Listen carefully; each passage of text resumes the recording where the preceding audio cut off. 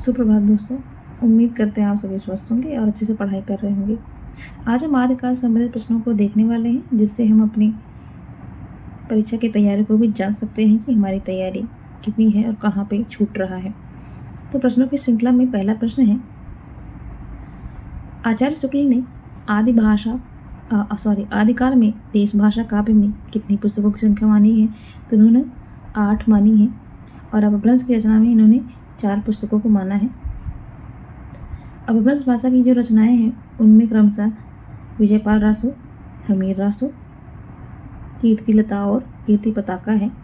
और जो ये 8 देश भाषा में काव्य हैं उनमें पहला है खुमान रासो, दूसरा विशलदेव रासो, तीसरा पृथ्वीराज रासो, चौथा जयचंद्र प्रकाश, पांचवा जयमयंक जसचंद्रिका, छठा है परमार रासो, सातवां खुसरो की पहेलियाँ और आठवां विद्यापति की पदावली।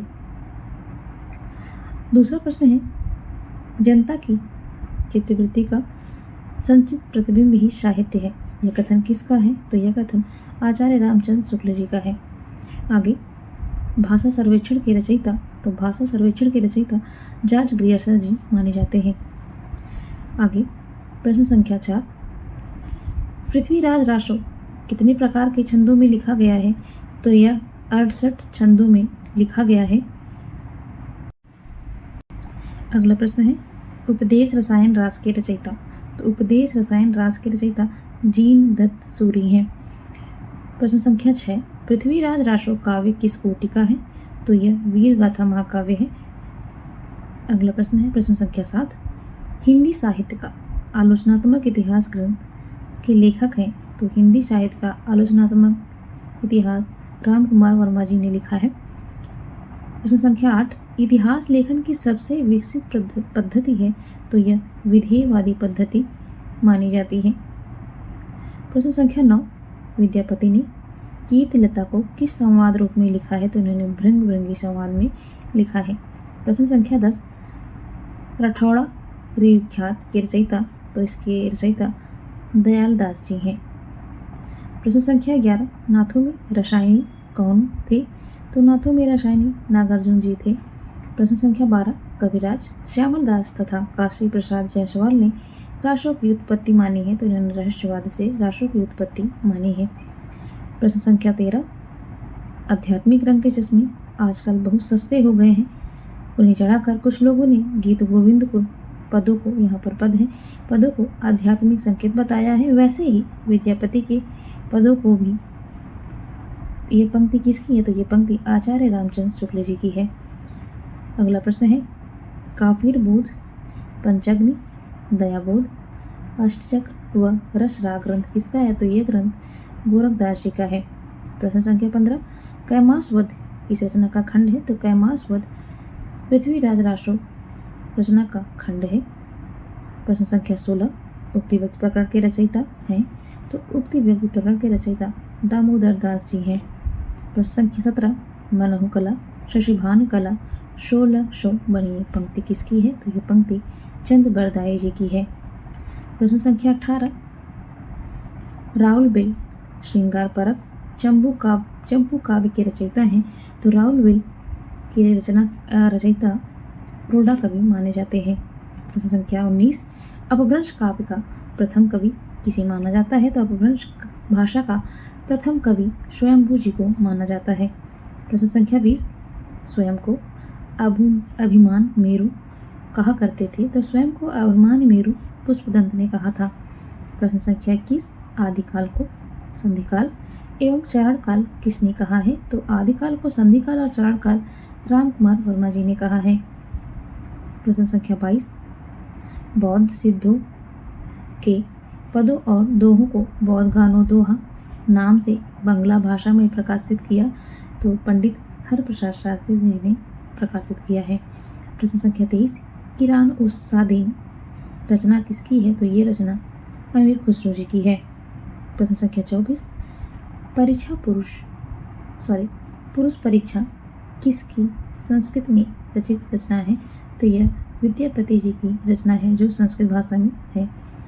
प्रश्न संख्या 25, रिठमण चरु के रचयिता हैं तो इसके रचयिता स्वयंभू जी माने जाते हैं। प्रश्न संख्या 26 कीर्तिलता की भाषा है तो कीर्तिलता की भाषा अवहट्ट है। प्रश्न संख्या 27 भू परिक्रमा के रचयिता हैं तो भू परिक्रमा के रचयिता विद्यापति जी हैं। प्रश्न संख्या 28 जशमयंग जश चंद्रिका के रचयिता तो जशमयंग जश चंद्रिका के रचयिता मधुकर कवि जी हैं। प्रश्न संख्या 29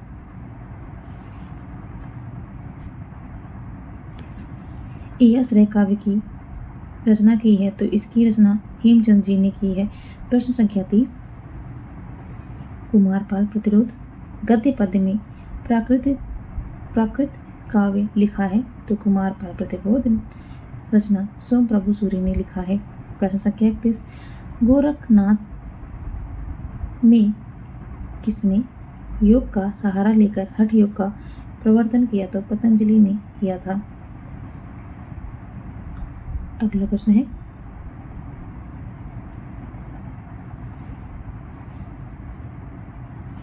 प्रश्न संख्या 32 रत्नाकर चोपम कथा किस संप्रदाय का मानक ग्रंथ है तो यह सिद्धू का मानक ग्रंथ है। प्रश्न संख्या 33 जिमी लोई बिल्लजई पाड़ी एहितिम धरणी लैचित कथन किसका है तो यह कथन कन्हापा का है। प्रश्न संख्या 34 गंगा जमुना माझी वही रेई नाई है उक्ति किसकी है तो ये उक्ति डोम्बिपा की है। प्रश्न संख्या 35 का तरुवर पंच बटाल उक्ति किसकी है तो ये उक्ति लुइपा की है। प्रश्न संख्या 36 सिद्धों में सबसे पुराने माने जाते हैं तो सिद्धों में सबसे पुराने सरपा जी को माना जाता है। प्रश्न संख्या 37 अपभ्रंश नाम पहल किसके शिलालेख में मिलता है तो ये वल्लभी राजा धारसेन द्वितीय के शिलालेख में मिलता है। प्रश्न संख्या 38 उस समय जैसे गाथा या गाहा कहने से प्राकृत का बोध होता था वैसे ही दोहा या दूहा कहने से अपभ्रंश का कथन के लेखक हैं तो इस कथन के लेखक आचार्य रामचंद्र शुक्ल जी हैं। प्रश्न संख्या 39 देसी नाम माला किसकी रचना है तो ये रचना हेमचंद जी की है। प्रश्न संख्या 40 आचार्य हजारी प्रसाद द्विवेदी विश्वनाथ प्रसाद मिश्र तथा चंद्रबली पांडे ने रासों की उत्पत्ति मानी है तो इन तीनों ने रासों की उत्पत्ति रासक शब्द से मानी है। प्रश्न संख्या 41 हरप्रसाद शास्त्री ने रासों की उत्पत्ति किससे मानी है तो हरप्रसाद शास्त्री ने रासों की उत्पत्ति राजयश से मानी है। प्रश्न संख्या 42 आचार्य रामचंद्र शुक्ल ने रासों की उत्पत्ति मानी है तो इन्होंने रसायन शब्द से रासों की उत्पत्ति को माना है। प्रश्न संख्या 43 पृथ्वीराज रासों की रचना विधान में सर्वाधिक विवादास्पद पक्ष है तो ये ऐतिहासिकता सर्वाधिक विवादास्पद पक्ष है। अगला प्रश्न है कन कंकम चिरव चरिव के रचयिता हैं तो कन कामर मुनि इसके रचयिता हैं। प्रश्न संख्या 45 प्राकृतिक प्रकाश के रचयिता हैं तो प्राकृतिक प्रकाश के रचयिता वररुचि जी हैं। प्रश्न संख्या 46 ढोला मारूरा दूहा के रचयिता हैं तो ढोला मारूरा दूहा के रचयिता कुशल लाभ जी हैं। अगला प्रश्न है प्रश्न संख्या 47 सबसे पहले 12 मासा वर्णन किस रचना में मिलता है तो सबसे पहले 12 मासा का वर्णन विशल देव रासों में मिलता है। अगला प्रश्न है आदिकाल को अपभ्रंश काल कहा है तो आदिकाल को अपभ्रंश काल धीरेन्द्र वर्मा जी ने कहा है। प्रश्न संख्या 49 12 बरिस लो कुकुर जी और 13 वर्ष लो जिये सिया बरिस 18 क्षत्रिय जिये आगे जीवन को दिखा उक्त पंक्ति है तो ये पंक्ति जगनिक की है। प्रश्न संख्या 50 आदिकाल को बीजवपन काल कहा है तो आदिकाल को बीजवपन काल महावीर प्रसाद द्विवेदी जी ने कहा है। प्रश्न संख्या 51 दोहा कोश किसकी रचना है तो दोहा कोश सरहपा की रचना है। प्रश्न संख्या 52 मैथिल कोकिल कहे जाते हैं तो मैथिल कोकिल विद्यापति जी को कहा जाता है। प्रश्न संख्या 53 रणमल छंद की रचना की तो रणमल छंद की रचना श्रीधर ने की है। प्रश्न संख्या 54 आलाखंड नाम से कौन सी रचना प्रसिद्ध है तो आलाखंड नाम से परमाल रासो रचना प्रसिद्ध है। प्रश्न संख्या 55 पद्मावती समय किस रचना का खंड है तो पद्मावती समय पृथ्वीराज रासो का एक खंड है। आगे राजमती और विशल देव की कथा किस ग्रंथ में है तो राजमती और विशल देव की रचना विशल देव रासो में है। प्रश्न संख्या 57 वर्ण रत्नाकर रचना के रचयिता है तो वर्ण रत्नाकर ग्रंथ के रचयिता ज्योतिश्वर जी हैं। प्रश्न संख्या 58 नाथ संप्रदाय के रचयिता है तो नाथ संप्रदाय हजारी प्रसाद द्विवेदी जी की एक रचना है। प्रश्न संख्या 59 शिलांकित चंपू गे काव्य रचना है तो राउलवेल यह चंपू गे काव्य रचना है और यह शिलांकित भी है। प्रश्न संख्या 60 दो सुखने खालिक बारी, ये खालिक बारी है। आदि रचनाएं किसकी हैं तो ये रचनाएं अमीर खुसरो जी की हैं। प्रश्न संख्या 61 प्राण संकली शब्दी निर्वयबोध आत्मबोध और पंचमात्रा रचनाएं किसकी हैं तो ये रचनाएं गोरखनाथ जी की हैं। प्रश्न संख्या 62 गोरखनाथ की रचनाओं को गोरखबाणी नाम से संपादित किया तो गोरखनाथ की रचनाओं को गोरखबाणी नाम से पीताम्बर दत्त बर्थवाल जी ने संपादित किया था। अगला प्रश्न है प्रश्न संख्या 63 पुस्तक जल्लण हथ दे चली गज्जन रिपकाज पंक्ति है तो ये पंक्तियां जल्लण की हैं।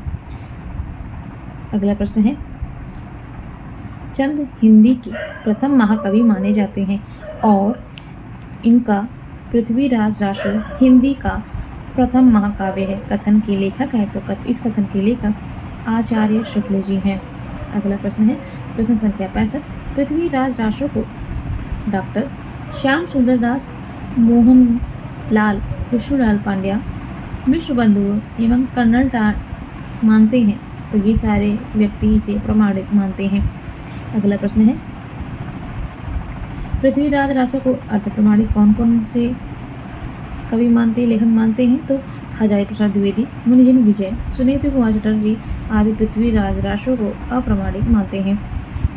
अगला प्रश्न है प्रश्न संख्या 57 पृथ्वीराज रासो में कितनी सर्दियाँ समय है तो ये 69 है और कितने छंद का प्रयोग हुआ है तो 68 छंदों का प्रयोग हुआ है। अगला प्रश्न है प्रश्न संख्या 68 बज्जिया घोर निशान राम चौहान चौधरी पंक्ति है तो ये पंक्तियाँ चंद बरदाई जी की है, यहाँ पर बरदाई होगा। आगे संदेश रासक किस प्रकार का काव्य है तो संदेश रासक खंड काव्य है। प्रश्न संख्या 70 पृथ्वीराज रासो को पूरा किया तो पृथ्वीराज रासो को पूरा जल्लड़ ने किया, ये चंद बरदाई जी के पुत्र थे। अगला प्रश्न है प्रश्न संख्या 71 परमात्म प्रकाश और योग सार किसकी रचना है तो ये रचना जोइंग जी की है। अगला प्रश्न है प्रश्न संख्या 72 पाहुड़ दोहा के रचयिता तो पाहुड़ दोहा के रचयिता मुनि राम सिंह जी हैं। प्रश्न संख्या 73 शरापाद सरोज वज्र व राहुल भद्र आदि नामों से कौन जाना जाता है तो ये नाम सरहपा जी के हैं। प्रश्न संख्या 74 अक्षर द्विकोपदेश डोंबी गीतिका व योगचार्य किसकी रचना है तो ये रचनाएं डोंबी पावी की हैं। प्रश्न संख्या 75 शावकाचार व दब्ब शाह पायाश लघुनयचक और दर्शन शाह ये ग्रंथ किसके हैं तो ये ग्रंथ देवसेन जी के हैं। अगला प्रश्न है भरतेश्वर बाहुबली राज खंड का ग्रंथ लिखा है तो सालीबद्ध सूर्य जी ने इसे लिखा है। अगला प्रश्न है स्थूल बद्रीदास तो इसके रचनाकार हैं जीन धर्म शूरी। प्रश्न संख्या 78 रेवत गिरी रास रचना है तो ये रचना विजय सेन सूर्य जी की है। प्रश्न संख्या 79 नेमिनाथ रास नामक ग्रंथ की 68 छंदों में रचना किसने की है तो ये सुमतिगढ़ ने की है। प्रश्न संख्या 80 नाथ संप्रदाय को अवधूत संप्रदाय योग संप्रदाय कहा जाता है तो ये जो है नाथ संप्रदाय को अवधूत संप्रदाय और योग संप्रदाय हजारी प्रसाद द्विवेदी जी ने कहा है। अगला प्रश्न है प्रश्न संख्या 81 डॉक्टर हजारी प्रसाद द्विवेदी द्वारा किस रचना में हिंदी साहित्य को अखिल भारतीय साहित्य से संबद्ध करने का प्रयास हुआ है तो इन्होंने हिंदी साहित्य की भूमिका में ये कहा है।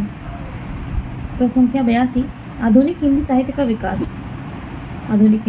विकास किसके द्वारा लिखित है तो ये श्री कृष्णलाल द्वारा लिखित है। प्रश्न संख्या 83 हिंदी पुस्तक साहित्य को आधुनिक साहित्य संपत्ति का बीजक किसने कहा है तो डॉक्टर माता प्रसाद गुप्त जी ने कहा है। अगला प्रश्न है हिंदी साहित्य और संवेदना का विकास तो यह रचना राम स्वरूप चतुर्वेदी जी की है। अगला प्रश्न है प्रश्न संख्या 85 हिंदी साहित्य का वैज्ञानिक इतिहास में संपूर्ण इतिहास को डॉक्टर गणपति चंद्र गुप्त ने कितने कालखंडों में विभाजित किया है? तो उन्होंने 3 कालखंडों में विभाजित किया है, आदिकाल, मध्यकाल और आधुनिक काल।